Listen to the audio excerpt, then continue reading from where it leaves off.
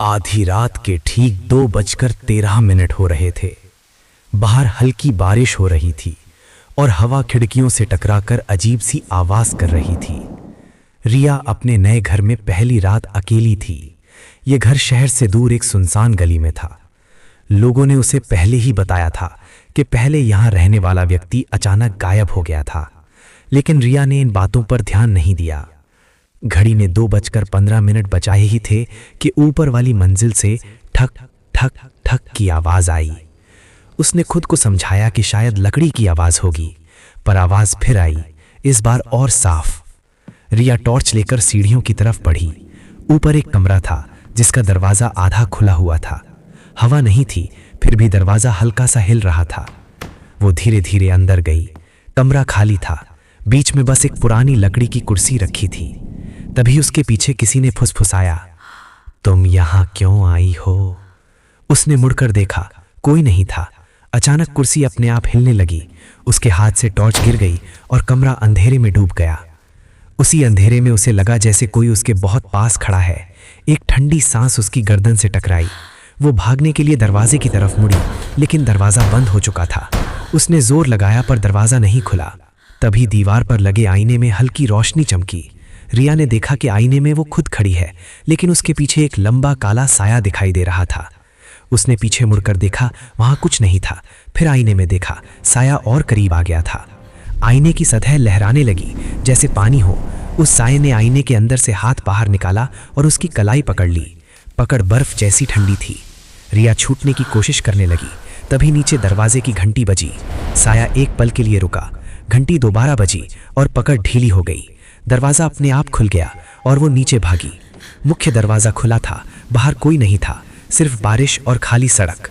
दरवाजे के पास फर्श पर गीले पैरों के निशान थे जो घर के अंदर की ओर जा रहे थे, ऊपर की तरफ। डरी हुई रिया ने घर छोड़ने का फैसला किया। जैसे ही वो बाहर निकलने लगी, उसकी नज़र दीवार पर टंगी एक पुरानी तस्वीर पर पड़ी। तस्वीर में एक लड़की खड़ी थी जो बिल्कुल उसी की तरह दिख रही थी। पीछे वही कमरा और वही कुर्सी थी। तस्वीर के नीचे लिखा था 2:13 AM और छोटे अक्षरों में, अगली तुम हो। अचानक पीछे से वही फुसफुसाहट गूंजी, अब तुम जा नहीं सकती। दरवाजा अपने आप बंद हो गया। घड़ी ने 2:13 बजाए और ऊपर से फिर वही आवाज आई, ठक ठक ठक। अगली सुबह घर का दरवाजा खुला मिला। अंदर सब सामान वैसे ही था, लेकिन रिया कहीं नहीं थी। ऊपर वाले कमरे में उस पुरानी कुर्सी के सामने दीवार पर एक नई तस्वीर लगी थी। उसमें रिया खड़ी थी और उसके पीछे वही काला साया दिखाई दे रहा था। अगले दिन दोपहर तक पुलिस घर की तलाशी लेती रही, लेकिन रिया का कोई सुराग नहीं मिला। घर के मालिक ने बस इतना कहा कि ये घर पहले भी लोगों को निगल चुका है।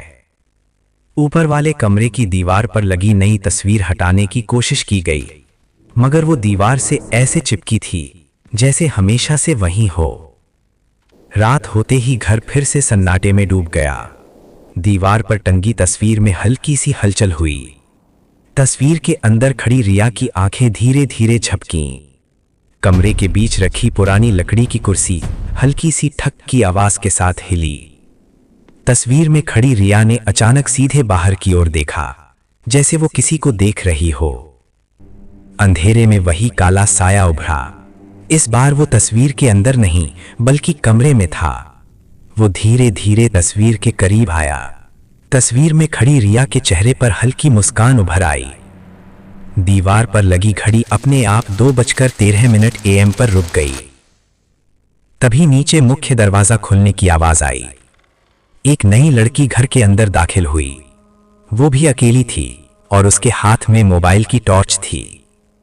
ऊपर वाले कमरे से फिर वही आवाज गूंजी, ठक ठक ठक।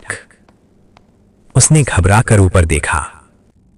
दीवार पर टंगी तस्वीर में अब 2 लड़कियां खड़ी थीं, रिया और उसके पीछे वही काला साया। तस्वीर के नीचे लिखा था, अब अगली तुम हो। नई लड़की सीढ़ियां चढ़ते हुए ऊपर पहुंची। हर कदम के साथ ठक ठक की आवाज और साफ होती गई। ऊपर वही कमरा था, वही पुरानी लकड़ी की कुर्सी और सामने दीवार पर टंगी तस्वीर। कमरे की हवा असामान्य रूप से ठंडी थी, जैसे ही वो अंदर दाखिल हुई, दरवाज़ा अपने आप बंद हो गया। उसकी टॉर्च की रोशनी कांपने लगी। उसने तस्वीर की ओर देखा। अब उसमें 3 आकृतियां दिखाई दे रही थीं। रिया, उसके पीछे काला साया और तीसरी जगह खाली थी। घड़ी की सुइयां अचानक तेजी से घूमने लगीं और फिर रुक गईं। 2:13। कुर्सी अपने आप उसकी ओर मुड़ी। कमरे की दीवारें जैसे हल्की हल्की धड़क रही थीं। नई लड़की ने भागने की कोशिश की, लेकिन उसके पैरों के नीचे फर्श ठंडा और भारी हो गया। तस्वीर की सतह लहराने लगी जैसे पानी हो। अचानक उसे लगा जैसे किसी ने उसके कंधे को छुआ। उसने पीछे मुड़कर देखा, कोई नहीं था। जब उसने फिर तस्वीर की ओर देखा, तीसरी आकृति अब खाली नहीं थी। तस्वीर में वो खुद खड़ी थी, उसके पीछे वही काला साया। अगली सुबह घर फिर से शांत था। मुख्य दरवाज़ा खुला मिला। अंदर सब सामान वैसा ही था। ऊपर वाले कमरे में पुरानी कुर्सी के सामने दीवार पर अब एक तस्वीर टंगी थी जिसमें 3 लड़कियां खड़ी थीं। नीचे छोटे अक्षरों में लिखा था, 2:13। चक्र जारी है।